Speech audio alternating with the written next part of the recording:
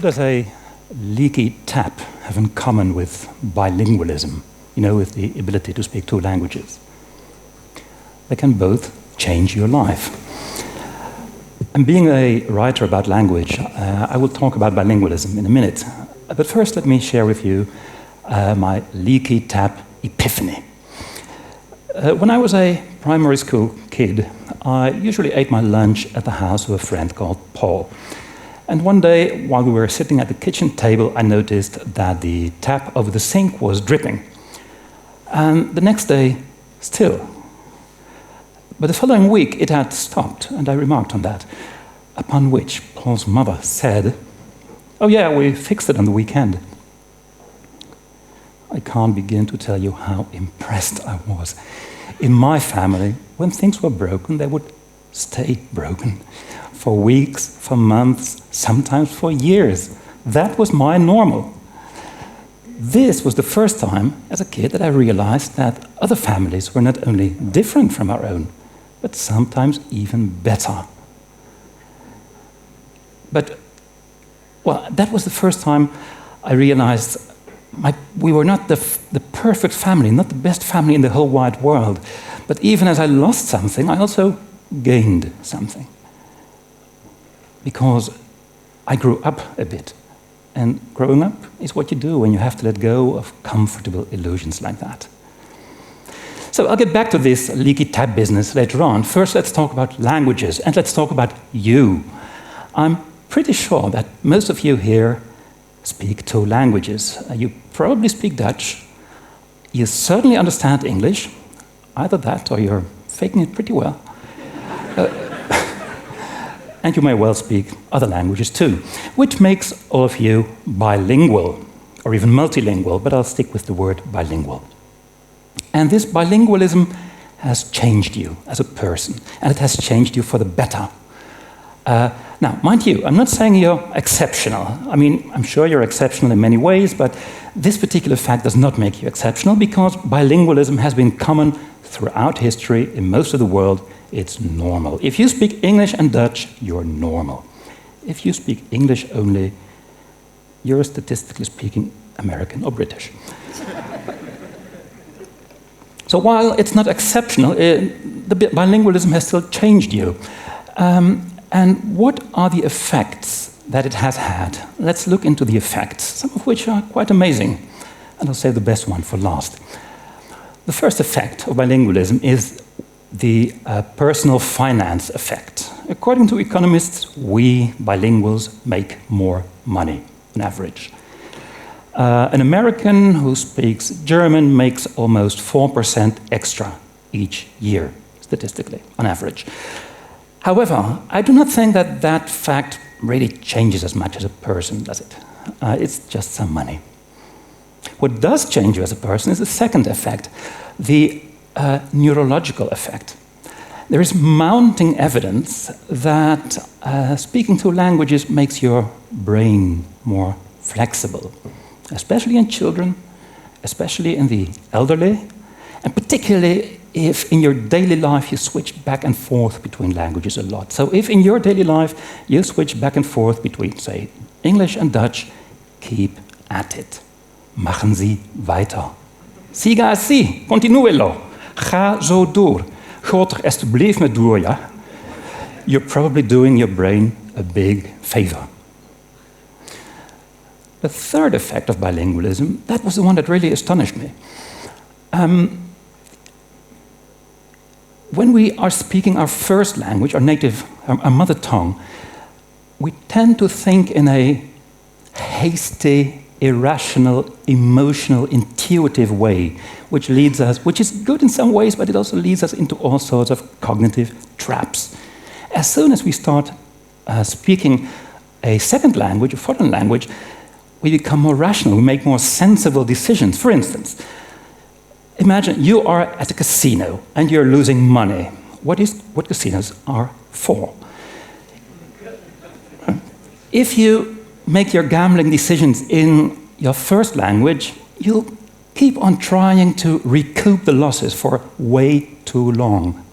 However, if you make your gambling decisions in a foreign language, in a second language, you will probably stop earlier, sooner. You may not even go to the casino. All of which adds to the personal finance effect, obviously. Now, that shows that speaking a foreign language not only makes you think harder about how you're saying things, you know, the grammar and stuff, but also what you're saying and even what you're doing.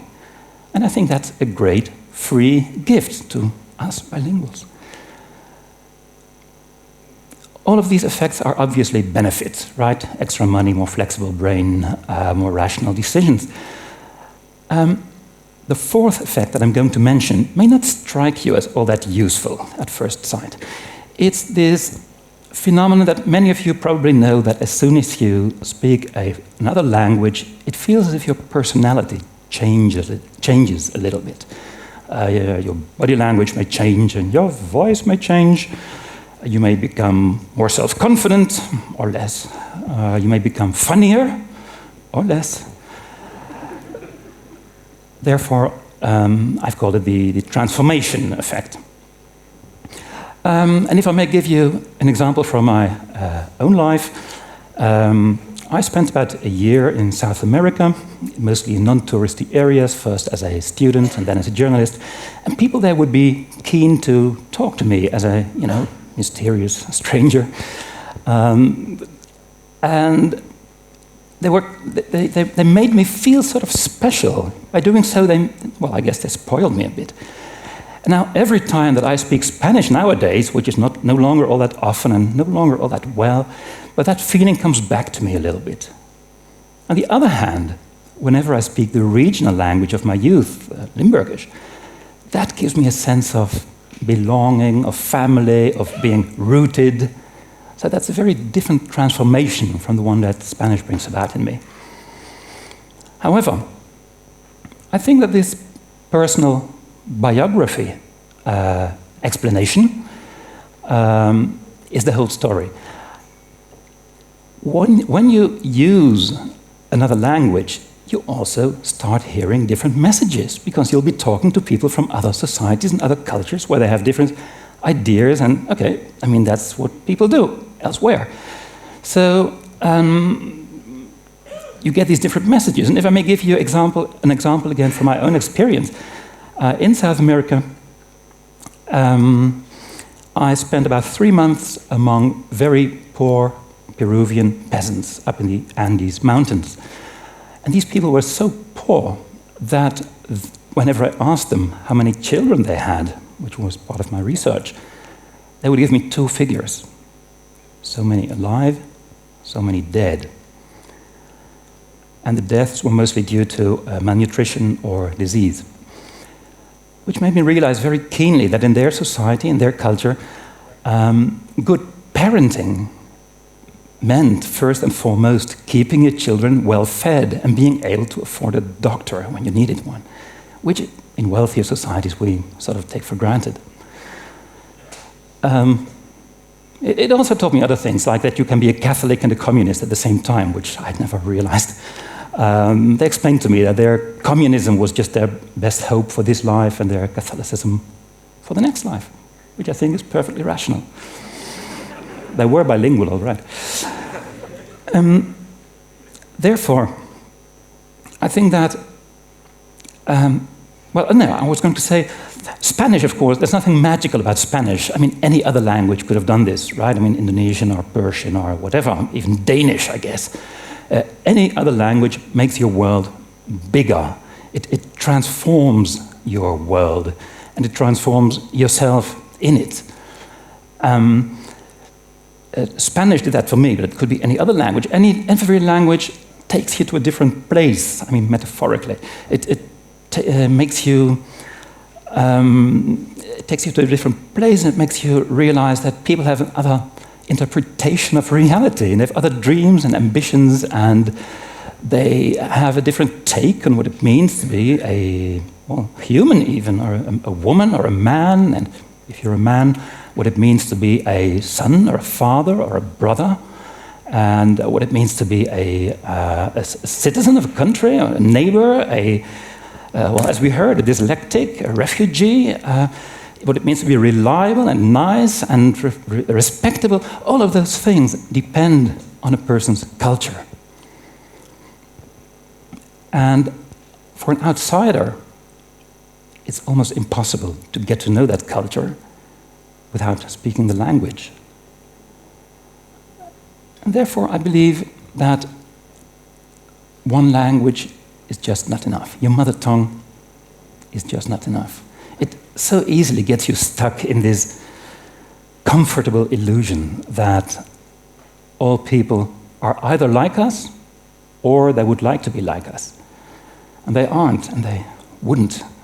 They are just as human as we are and just as sane, but they are different and sometimes wiser.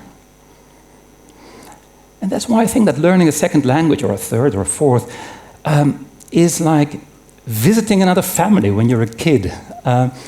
You realize that your own familiar surroundings are not the last word in perfection, are not the gold standard. They're just your familiar surroundings, your family, your culture, with its problems and flaws and downsides and weaknesses and blind spots.